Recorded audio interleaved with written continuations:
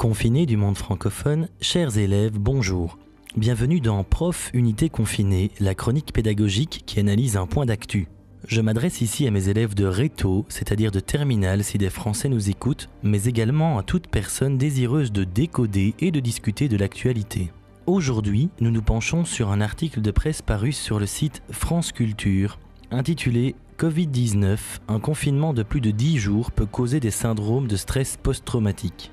L'article y détaille les risques que l'on a de voir se développer des troubles psychologiques et mentaux en raison du confinement. Le confinement peut, dans certains cas, se rapprocher de l'isolement, quoique pourtant différent. L'isolement se définit comme l'état d'une personne moralement seule.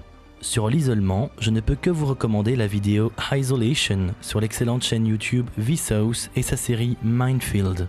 Si la psychologie vous intéresse, foncez.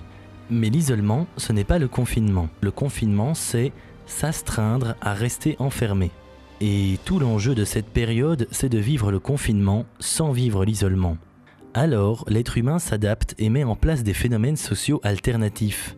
Quelques exemples sont les apéros en vidéoconférence, ou encore les moments de célébration sur les balcons des villes, moments où l'on se sent ensemble dans un même élan social. Une petite citation qui m'a toujours plu est la suivante: « De la contrainte naît la créativité ». Et ce ne sont pas les phénomènes sociaux en vogue qui diront le contraire. Dans ce contexte psychologique difficile, nombreux sont aussi les articles qui font la part belle aux professions habituées au confinement. Ainsi, sur les réseaux sociaux, les francophones sont difficilement passés à côté des conseils de Thomas Pesquet, astronaute français ayant notamment séjourné dans la Station spatiale internationale. La discussion du jour est dès lors guidée par les questions suivantes. D'abord une question factuelle. Quelle stratégie mettez-vous en place pour traverser cette épreuve un peu particulière qu'est le confinement? Enfin, des questions de plus grande envergure. Quel est l'apport en tant qu'expérience sociale de cette période de confinement? Et qu'est-ce que ça vous apprend, que ce soit sur vous ou sur les êtres humains? Si nous ne devenons pas tous dingues, alors devenons au moins des penseurs du monde de demain.